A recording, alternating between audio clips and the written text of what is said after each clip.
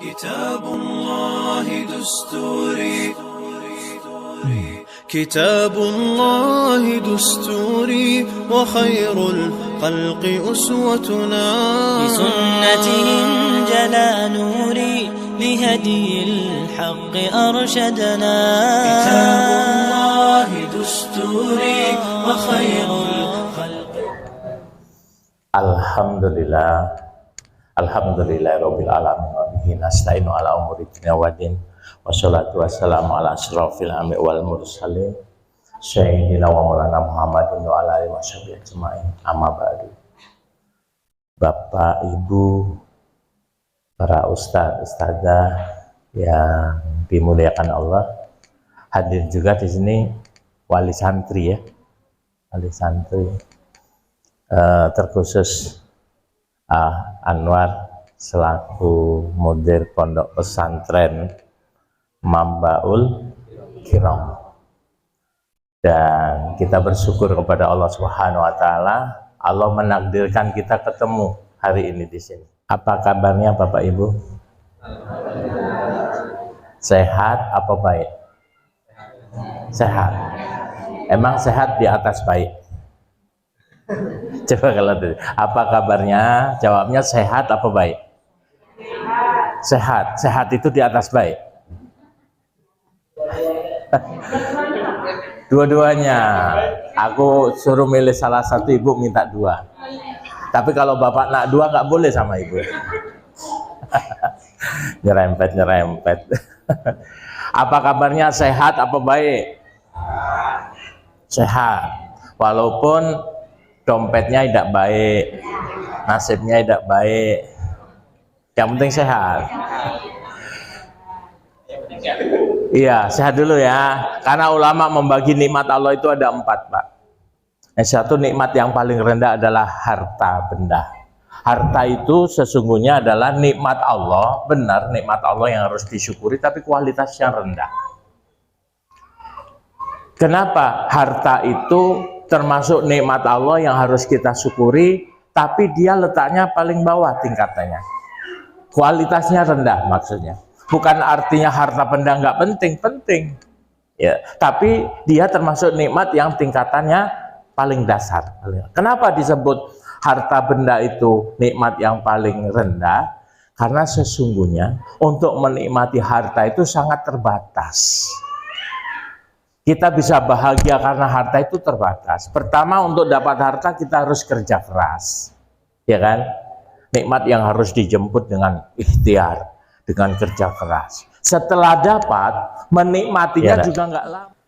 Nikmat harta ini menikmatinya sekejap dan terbatas. Nikmat harta itu tidak kekal seperti dunia ini yang fana. Oleh karena itu memang nikmat yang paling rendah adalah harta, diingatkan oleh ulama.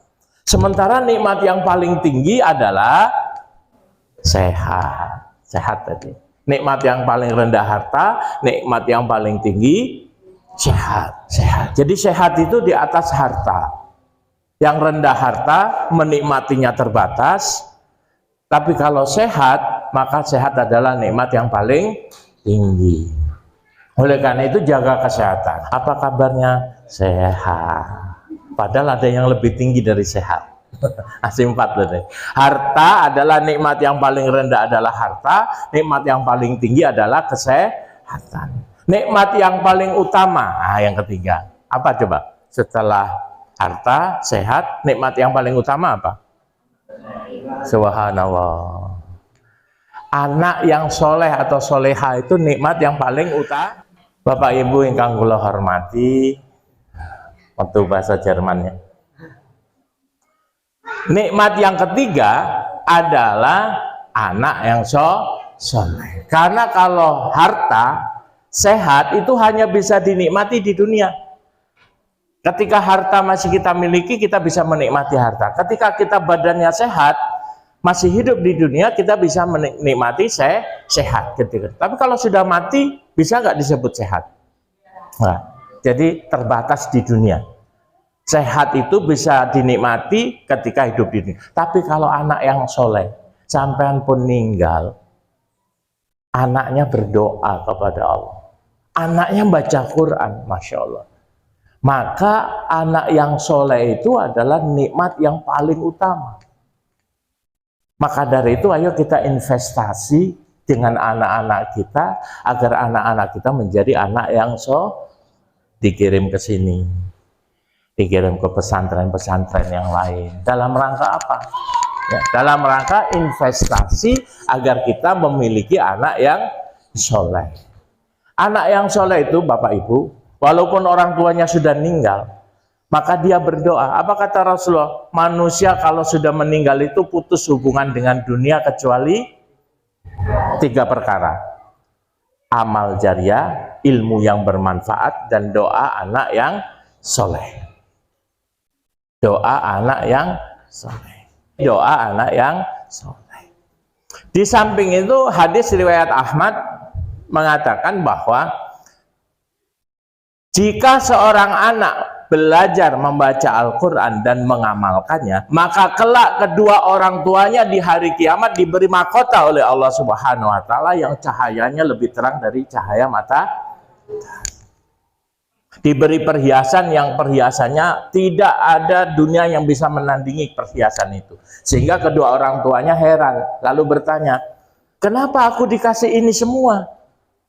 Dijawab oleh malaikat, itu karena anakmu membaca Al-Quran. Bagaimana cara kita berbakti kepada orang tua kita? Salah satunya membaca Al-Quran, menteladaninya, membaca tafsirnya, dan mengamalkan isinya. Maka dengan begitu, maka kedua orang tuanya mendapat mahkota. Subhanallah. Yang keempat, sudah nyambung? Oh ya, saya tuntaskan dulu syukurnya ya. Yang keempat, yang pertama apa tadi? Nikmat yang paling rendah namanya harta benda. Sepanjang masih berhubungan dengan dunia itu nikmat harta. Apa kebun atau apa kendaraan, rumah, ya, itu harta. Itu nikmat yang paling rendah kualitas. Nikmat yang paling tinggi saya jaga kesehatan. Yang ketiga, nikmat yang paling utama adalah anak yang soleh. Yang keempat, nikmat yang paling patut disyukuri. Nikmat yang paling rendah, nikmat yang paling tinggi, nikmat yang paling utama. Yang keempat, nikmat yang paling disyukuri. Puncak-puncaknya nikmat. Apa coba? Ridho Allah. Ada yang lain? Iman. Ada yang lain? Aku punya ini tadi, bawa di jaket. Ada door prize. Ada kawan pulang dari Mekah beli gantungan kunci bagus sekali di jaket kayaknya. Nanti diambil. Ayo, nikmat yang paling patut disyukuri nikmat apa? Ridho Allah, iman. Yang lain? Mati husnul khotimah. Subhanallah, husnul khotimah. Bapak Ibu yang dimuliakan Allah, nikmat yang paling patut disyukuri adalah husnul khotimah. Ketika kita di akhir hidup kita dalam keadaan baik, fa insya Allah diberikan yang terbaik oleh Allah, yaitu surga. Sukses yang hakiki adalah apabila dijauhkan dari neraka dan dimasukkan kepada surganya Allah, itulah sukses yang sebenarnya. Kalau sudah dihindarkan dari siksa api neraka, dimasukkan Allah ke dalam surga, itulah nikmat yang paling patut disyukuri. Tidak ada lagi nikmat selain itu. Caranya, husnul khotimah, ya, di akhir hidup kita dalam keadaan baik. Banyak hadis yang menyebutkan tentang ini. Di antaranya, sibukkan dirimu dengan kebaikan yang banyak, kata Rasulullah. Sebab kalau tidak, engkau pasti disibukkan dengan hal-hal yang lain, yang maksiat atau yang sia-sia. Dengan kesibukan kebaikan yang banyak, kita berharap pas dipanggil Allah, kita dalam kebaikan. Fitrahnya manusia itu sibuk. Makanya Rasul ngerti. Hadis yang beliau sampaikan, sibukkan dirimu dengan kebaikan-kebaikan yang banyak. Jadi sibuklah, pulang dari ngajar di sini ke kebun karet, habis itu ikut pengajian, habis itu yasinan, habis itu ngajar lagi, terus sibuk dengan kebaikan. Ikut majelis taklim, ikut kajian, terus sibuk dalam kebaikan. Jadi Bapak Ibu yang dimuliakan Allah, nikmat yang paling patut disyukuri husnul khatimah. Caranya agar kita meninggal dalam kebaikan, ya terus menerus berbuat kebaikan. Di surat Al-Muluk, ibu-ibu mengenalnya surat Tabarok ya. Karena dimulai dari a'udzubillahi minasyaitonirrajim, bismillahirrahmanirrahim. Tabarakalladzi biyadihi mulku wa huwa ala kulli syai'in qadir. Maka dikenalnya surat Tabarok. Artinya Maha suci Allah yang menguasai segala kerajaan dan Dia maha kuasa atas segala sesuatu. Ayat keduanya, yang menciptakan mati dan hidup untuk menguji kamu siapa di antara kamu yang paling baik amalnya. Itu kata Allah. Jadi Allah itu menciptakan kehidupan kita dan kematian kita tujuannya hanya untuk ujian. Menguji kamu siapa di antara kamu yang paling baik Jadi tujuan hidup kita apa? Baik-baikan amal, bukan banyak-banyakan harta. Bukan cantik. Nah, jadi tujuan hidup kita itu bukan banyak-banyakan harta, banyak-banyakan anak, banyak-banyakan pangkat, tinggi-tinggian pangkat dan seterusnya, tapi Allah menciptakan hidup dan mati ini untuk menguji kamu siapa di antara kamu yang paling baik amalnya. Ya sudah, ayo berlomba-lomba kebaikan. Mudah-mudahan pas kita berbuat baik, disitulah akhir hidup kita. Maka kata Rasulullah, barang siapa di akhir nafasnya dia mengucapkan kalimat la ilaha illallah, maka dijamin surga. Itulah nikmat yang paling patut disyukuri. Ayo kita semua, ya, carilah harta sebagai nikmat yang paling rendah tadi, jaga kesehatanmu, investasikan anak-anakmu menjadi anak yang soleh, lalu teruslah berbuat baik. Dengan begitu menjadi orang tua siaga di zaman now. Jadi bahasan parenting kita terhadap diri kita sendiri. Mari berusaha menjadi orang tua yang siaga menyiapkan generasi muda, generasi penerus kita yang beriman, menyiapkan generasi yang beriman, judulnya ya. Orang tua siaga di zaman sebaik-baik orang yang hidup di zaman akhir ini ya. Kenapa?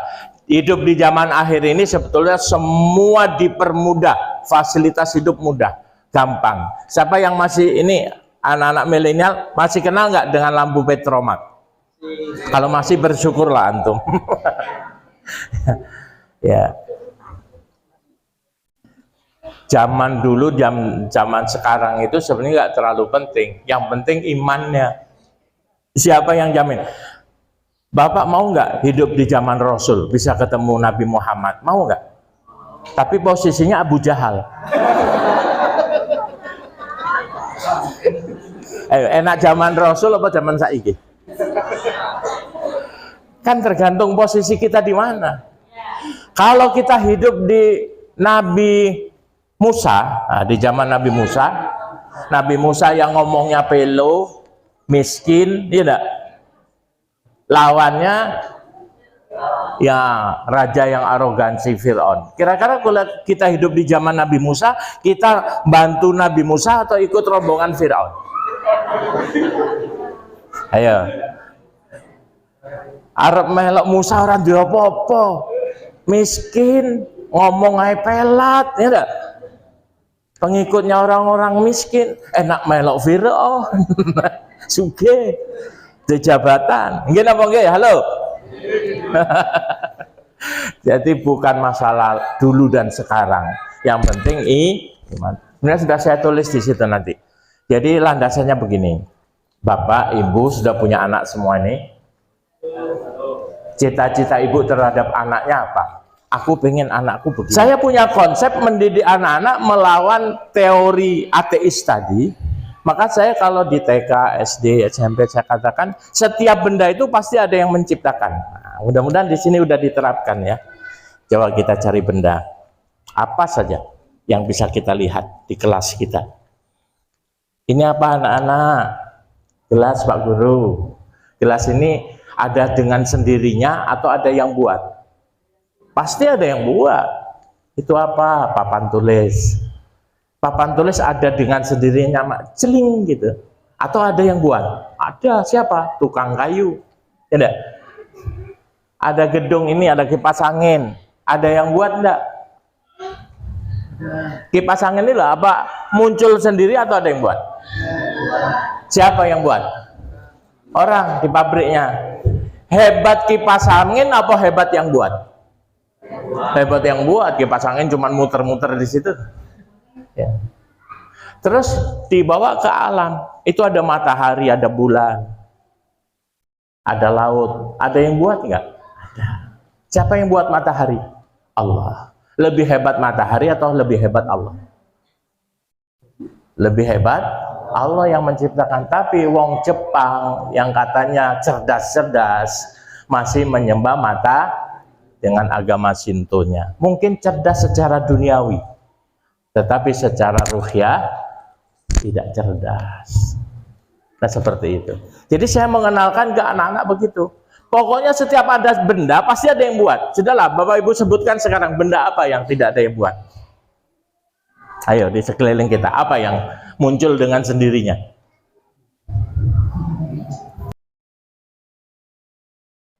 Semua benda pasti ada yang buat.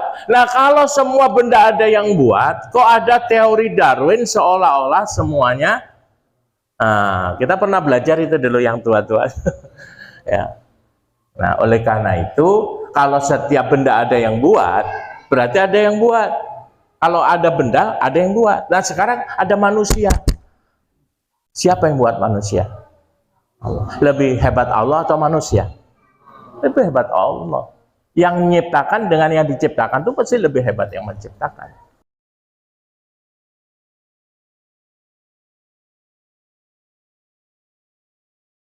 Padahal dibuat sama Allah, tapi dibuat peraturan sama Allah ditentangnya. Yang biasa ditentang ibu-ibu di Al-Quran surat apa? Bacakan dulu.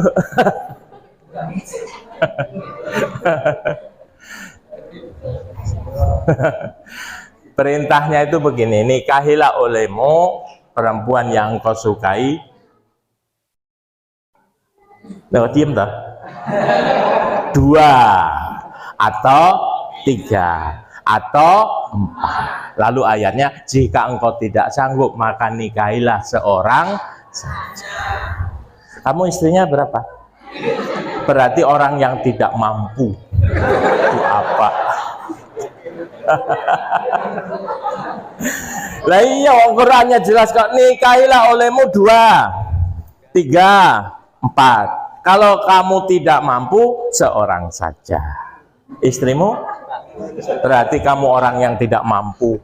Perlu dikasih zakat, Ustaz. Baru satu kan? Baru satu. Oh, baru 1. Bapak Ibu yang dimuliakan Allah, jadi sampai mana tadi ya? Satu saja ayat Quran yang engkau ingkari sama dengan kau mengingkari Quran semuanya. Saya ceramah gini sama ibu-ibu selalu, Ustadz, saya percaya dengan ayat itu. Jadi ibu mengizinkan para suami ta'adud. Iya Ustadz, yang penting bukan suami saya.